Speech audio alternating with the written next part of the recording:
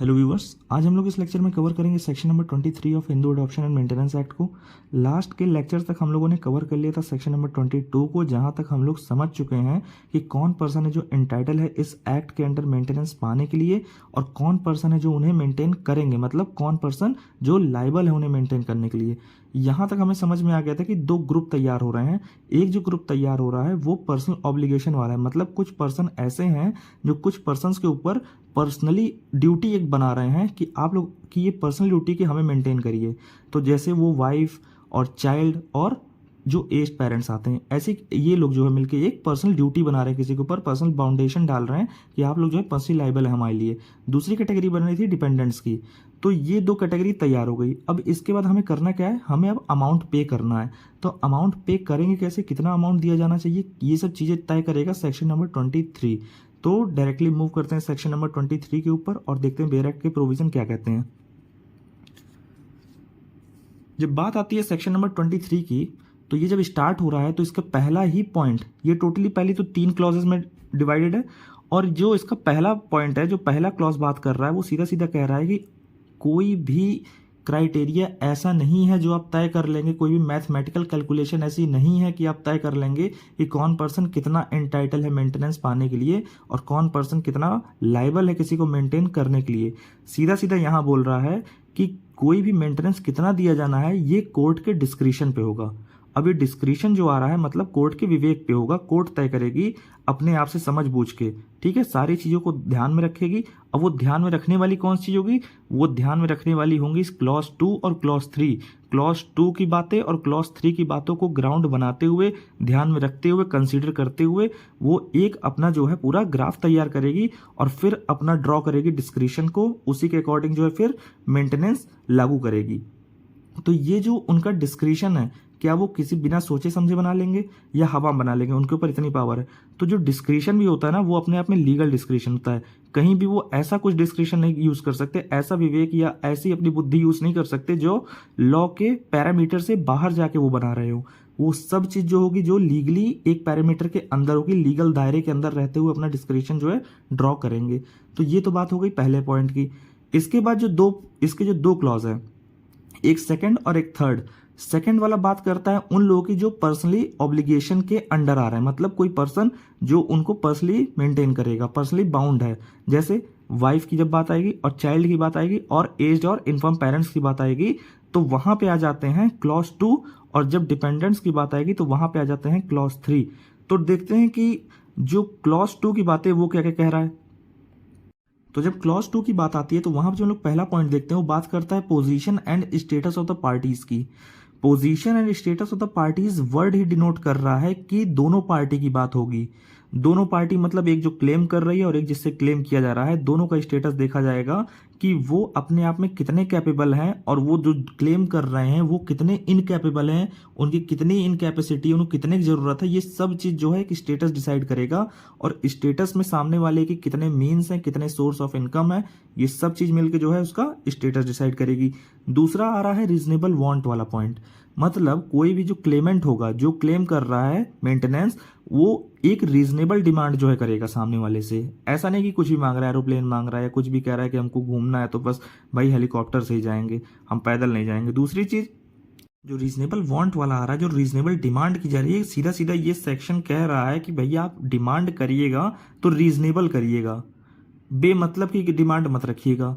पता चला है वो बकरी चराने वाला, आप उससे कह रहे हैं कि हमें घर खरीद के दो।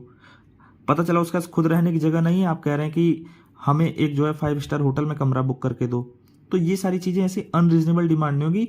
डिमांड कैसी होगी, जो हमने पहला पॉइंट पढ़ा, स्टेटस और पोजीशन के अकॉर्डिंग ही, उसी को ग्राउंड बनाते हुए आप अपनी नीड और वांट को जो है क्लेम करेंगे, उससे ऊपर का क्लेम आपको नहीं करने दिया जाएगा। दूसरी चीज, जब बात आ रही है रीजनेबल वांट में, कैसी हो सकती है रीजनेबल वांट। मान लीजिए कोई पर्सन है वो बीमार है, जो क्लेम कर रहा है, मान लीजिए वाइफ ही है, वो बीमार है, उसको कोई ऐसी बीमारी है जिसका इलाज कराना जरूरी है और उसके पास सफिशिएंट मींस नहीं है कि वो करा पाए, तो ये उसकी रीजनेबल डिमांड होगी। अब ये कहना कि हमें जो है BMW कार दो खरीद के हम उसी से घूमेंगे, तो ये कोई रीजनेबल डिमांड नहीं होगी। इसके बाद अगले पॉइंट मूव करते हैं। अगला पॉइंट है लिविंग सेपरेटली का, मतलब अगर कोई पर्सन जो क्लेम कर रहा है वो जिससे क्लेम कर रहा है उसके साथ न रहते हुए उससे सेपरेट रह रहा है, तो वो कितना जस्टिफाइड है ये देखते हुए कोर्ट डिसाइड करेगी आपका मेंटेनेंस। अगर आपके पास जस्टिफाइड ग्राउंड है उनसे अलग रहने का, तब आप रहिए और मेंटेनेंस भी मांगिए। जैसे एग्जांपल में कोई वाइफ है, अपने हस्बैंड के साथ न रहते हुए वो क्लेम कर सकती है मेंटेनेंस। कब? अगर उसका हस्बैंड उसके साथ क्रुएल्टी कर रहा है, उसका हस्बैंड किसी दूसरी औरत के साथ रहता, तो ये कुछ ऐसे जो है रीजनेबल सफिशिएंट आंसर होंगे कोर्ट में, जो आपको एक ग्राउंड तय करेंगे, एक ग्राउंड आपका बना देंगे मेंटेनेंस पाने के लिए। बट अगर आप ऐसी कंडीशन में बेमतलब है, बस कोई ग्राउंड ही नहीं है, आप कह रहे हैं कि हम बस नहीं रहना चाहते, हम बस नहीं रहे क्योंकि हमें डर है। अब डर क्या है, वो क्वेश्चन कर रही है मगर कोई आपके पास आंसर नहीं है। तो जब आप क्लियरली कुछ बताएंगे नहीं और वहां पे क्लियर कुछ भी शो नहीं हो कोर्ट में, तो आपका जो है मेंटेनेंस पाने का वहां राइट नहीं बनेगा। दूसरी चीज में ये निकल के आ रही है कि अगर कोई विडो का केस आ रहा है तो वहां पे क्या होगा। अगर विडो के केस में कोई भी पर्सन, मतलब कोई पर्सन का मतलब जो हस्बैंड है जिसकी डेथ हो चुकी है, उसके रिलेटिव उस विडो को बाउंड नहीं कर सकते अपने साथ रहने के लिए, बट वो विडो जो है एंटाइटल है मेंटेनेंस क्लेम करने के लिए, वो मेंटेनेंस क्लेम कर सकती है।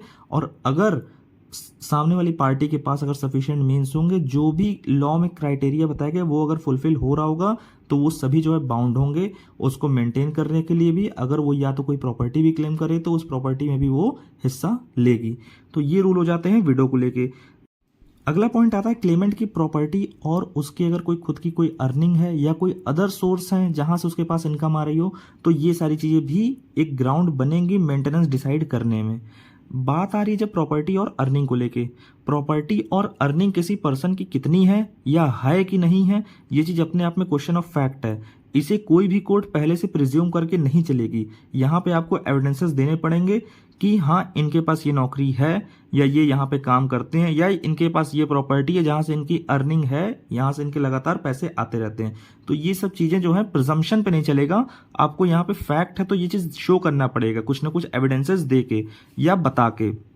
दूसरी चीज कि यहाँ पे आपकी कैपेसिटी ऑफ अर्निंग नहीं देखी जा रही कि आप कितना अर्न कर सकते हैं। आप तो पढ़े लिखे हैं, आप इतनी पास हैं। अगर वाइफ कंडीशन देखी जाए, वाइफ के केस में अगर देखा जाए, तो ये कोई नहीं कह सकता, अगर वाइफ मेंटेनेंस क्लेम कर रही है तो ये नहीं कहा जाएगा अपोजिट पार्टी द्वारा कि ये तो देखिए पढ़ी लिखी हैं, ये तो नौकरी भी कर सकती हैं, इनके पास इतनी डिग्री है, या खुद से कमा क्यों हमसे मांग रही हैं। तो ये कैपेसिटी नहीं देखी जाएगी कि आप कितने कैपेबल हैं।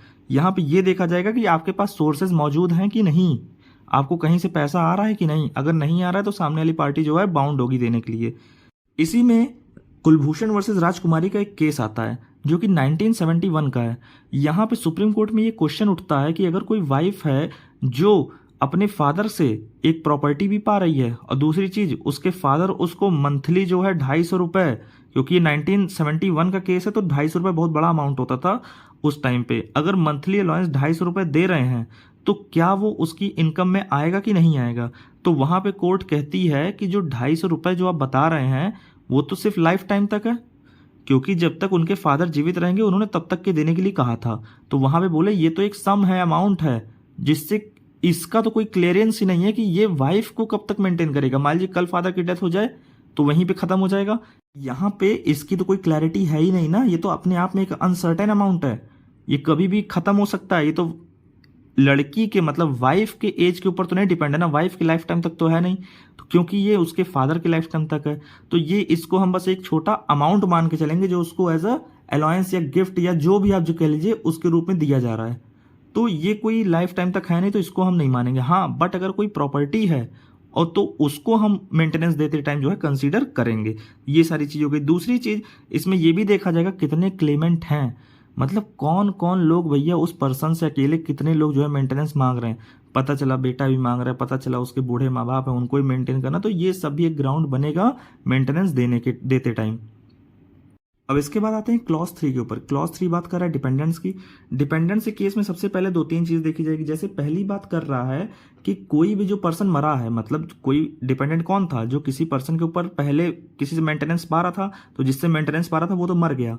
तो ये देखा जाएगा कि जिस जो मरा है उसकी कोई प्रॉपर्टी या स्टेट कितना है, कितना उसके पास था जो मर गया, तो उसको देखा जाएगा और उसकी नेट वैल्यू निकाली जाएगी। वैल्यू भी कब, अगर कोई उस पर टैक्स बचा है देना या कोई डेप्ट बचा है, तो वो सब पे करने के बाद जो नेट वैल्यू बच रही होगी तो उसको भी कंसीडर किया जाएगा।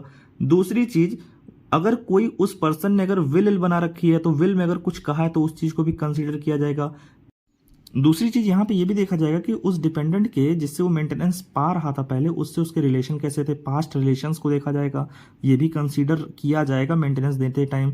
दूसरी चीज ये भी देखा जाएगा कि जो डिपेंडेंट आज के टाइम बन रहा है उसके पास खुद ही कितनी प्रॉपर्टी है, या खुद उसके पास कोई सोर्स ऑफ इनकम है, कितना है, कहाँ कहाँ से उसके पास पैसे आ रहे हैं, तो ये सब चीज़ कंसीडर किया जाएगा। और तीसरी जो लास्ट चीज़ आ रही है वो वहाँ पे ये देखा जाए कितने डिपेंडेंट हैं, ठीक है, द नंबर ऑफ डिपेंडेंट जो कि एंटाइटल है मेंटेनेंस पाने के लिए। तो ये सारी चीज़ें मिला के डिपेंडेंट का ग्राउंड तैयार करेंगे उनको मेंटेनेंस देने के लिए। और ऊपर वाला जो सेकंड क्लॉज में हम लोगों ने पढ़ा वो उन लोगों के लिए जो वाइफ हैं, जो चाइल्ड हैं और जो पेरेंट्स हैं। इसके बाद अगर कोई मेंटेनेंस बच जा रहा है, मतलब कि एरियर ऑफ मेंटेनेंस हो रहा है, मेंटेनेंस का अमाउंट ऐसा है जो कोई बाउंड था देने के लिए और वो नहीं पे कर रहा है, तो ऐसी कंडीशन में क्या मेंटेनेंस कैसे लिया जाएगा वो बात हो रही है। ये भी यहाँ क्लेम के भले इसमें शो नहीं किया, आप मांग सकते हैं। जैसे यहाँ पे आपको सबसे पहले ये प्रूव करना पड़ेगा कि आपका यहाँ राइट बनता है, और जैसे ही आप अपना राइट शो कर देंगे कि हाँ प्राइमा फेसी आपका राइट बनता है और इन्होंने रॉन्गफुली जो है, मतलब अगर वो आपको पे नहीं कर रहे हैं तो एक तरह से वो क्या कर रहे हैं, आपका हिस्सा रॉन्गफुली अपने पास रख रहे हैं। तो ये कंडीशन अगर आप शो कर देंगे तो आपको फिर इस एक्ट के अंडर ही यहीं पे आपको मेंटेनेंस दिलवाया जाएगा। तो आज के लेक्चर में इतनी चीज़ें रहेंगी, बाकी के जो बचे हुए प्रोविजंस हैं उनको हम नेक्स्ट लेक्चर में पूरे कवर कर लेंगे।